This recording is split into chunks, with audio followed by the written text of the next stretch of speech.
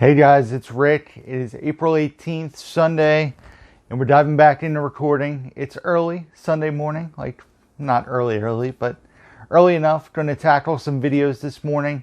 Hopefully we'll have a bunch of content ready for you guys. Obviously you're going to keep seeing videos on Tuesdays, Fridays, Tuesdays being review videos, Fridays being pickups or unboxings. We're going to dive right in. This is March Reviews, week 3. So we're going to dive in. It looks like we have 5 movies to talk about, if I'm not mistaken. Yep, 5 movies to talk about. A few on physical media and a few that we watched on streaming. And the first title we're going to talk about is part of my Leonardo DiCaprio films I've never seen, watching extravaganza that we've been working on. And that was watched on Hulu because I did not own it physically, had not seen it, so figured why not check it out on Hulu since I have access to it. And that is Blood Diamond, which stars Leonardo DiCaprio as well as let's see, how can I do this? Djimon Hounsou. I probably butchered that name, and apologies to Mr. Hounsou. So the movie's a very gritty, hard to watch film in places. It's very heartbreaking in spots.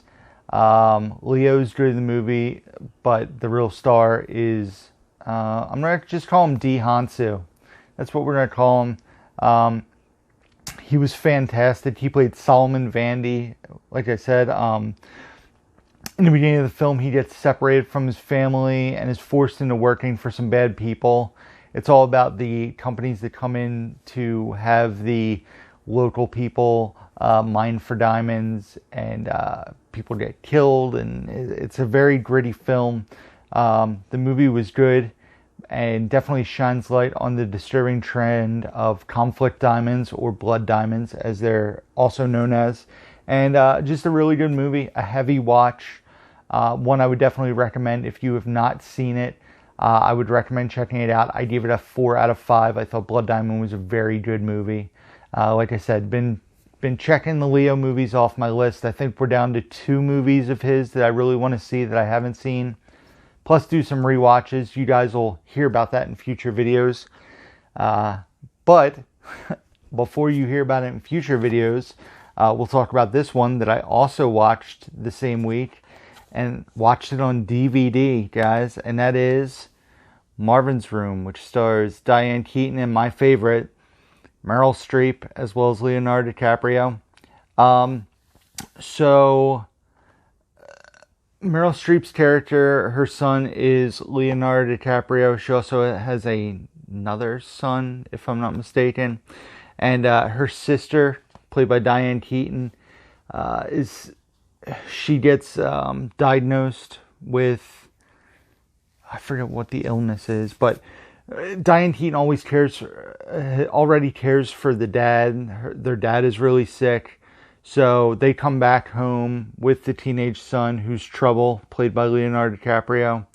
And Robert De Niro is also in the film. He plays the doctor, and they're trying to see if Leo or Meryl Streep or Leonardo DiCaprio's brother in the film can help Diane Keaton with, I believe it's bone marrow, if I'm not mistaken.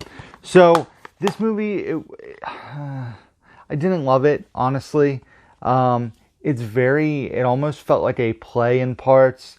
Like I said, I'm personally not a fan of Meryl Streep. I find her to be highly overrated personally. So that was hard for me.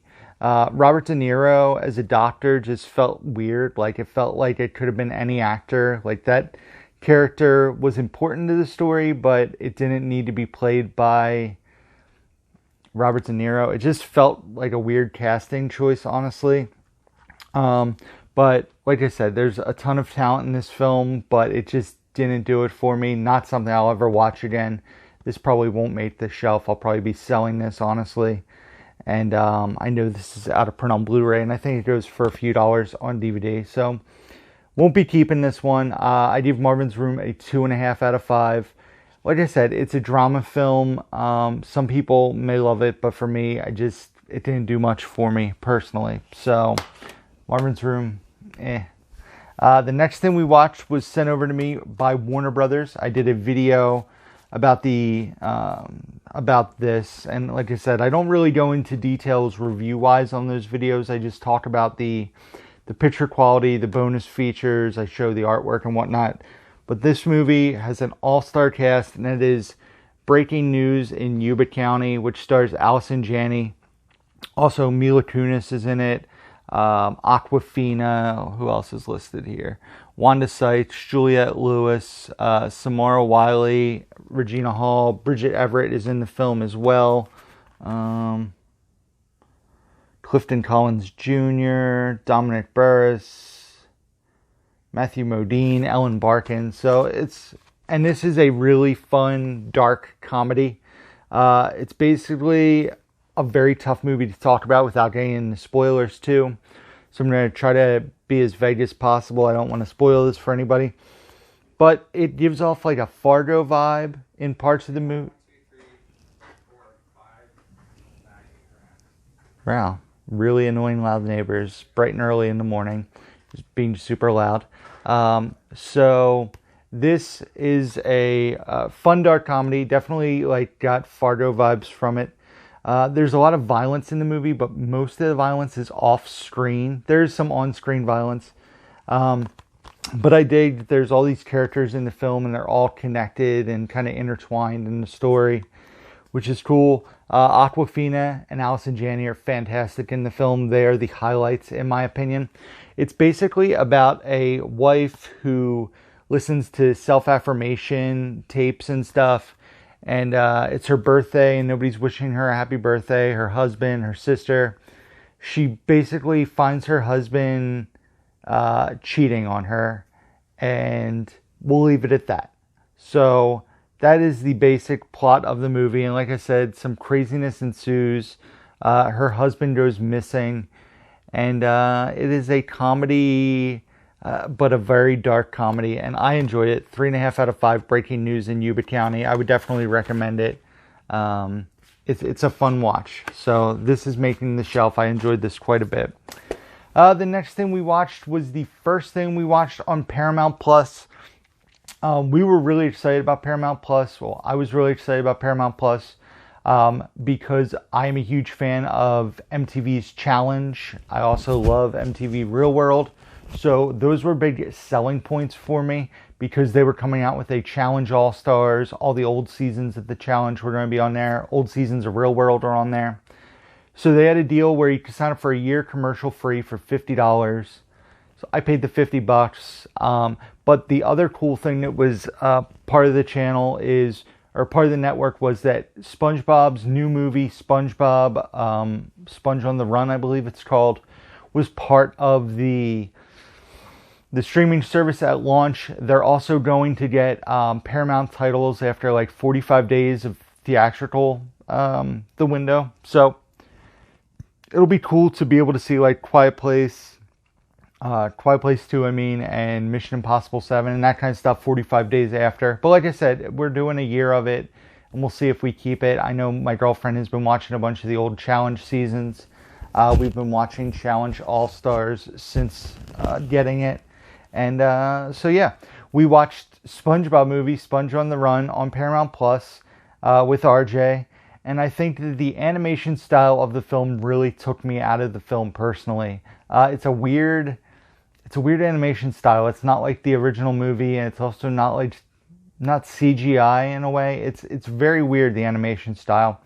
The story also felt like it was just taking parts of the first 2 movies and like redoing them in a way, which I felt kind of lazy and lame personally. There were live action elements in the movie that also felt really bizarre and weird, not fun like David Hasselhoff in the first movie. This had like a weird appearance with Danny Trejo in it.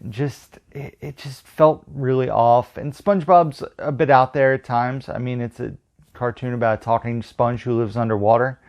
Keanu Reeves plays Sage the Tumbleweed. That was pretty funny. Patrick Star obviously is the highlight of the film. He's always the highlight of SpongeBob in my opinion. But this isn't something I'd rush out to see. Definitely glad that like I didn't go see this theatrically, I would have been pretty disappointed. At least I was sitting there at home, with my girlfriend and son, just watching a film. And yeah, I paid $50 for a service for a year, but this was a movie it cost like $20 to rent or go see it in theaters. So I watched it. Sponge on the Run, 2 out of 5. Annoying Neighbors Coming Back. So you guys got both sides of that. And then the last thing that I watched, week 3 of March, a bit of a smack in the face that I watched this on Netflix. I really need to get the physical copy of this.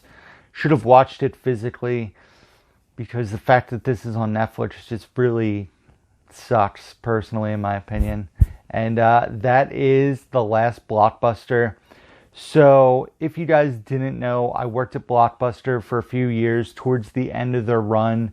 It was probably like 09 through 11, or the end of 08 through 11. I have a picture of me somewhere. It's standing in front of the Dark Knight poster at Blockbuster in my Blockbuster gear. So probably the most fun I've ever had at a job. I used to love working at Blockbuster.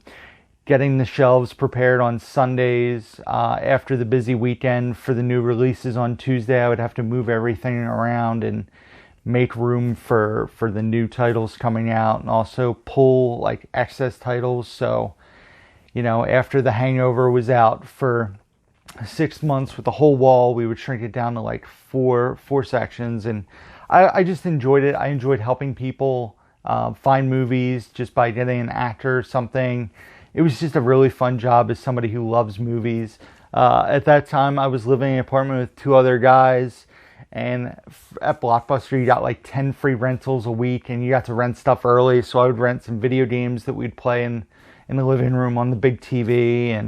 And plus I got to rent movies early to watch and familiarize myself with them. So it was really fun. And this movie is a documentary kind of about the history of Blockbuster, but it also gets into the last Blockbuster in Bend, Oregon, which is still open, still in business. This shirt is driving me crazy today. It keeps getting crooked, so I'm sure that's really annoying with the microphone. But so yeah, it's about the last Blockbuster in the world, I believe, Bend, Oregon, and talks about how all these other Blockbusters slowly disappear, like the ones in Alaska.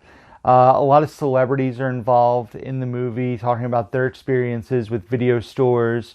Of course, Kevin Smith is a part of it, which is awesome, because Kevin Smith credits Blockbuster to parts of his career because of the success of his movies like Mallrats and Clerks and Chasing Amy on physical media, that got a whole new set of eyes on his films. So it was pretty fun, well paced, and I just really miss Blockbuster. That's what this movie reminded me of, how much I loved Blockbuster. I loved working there.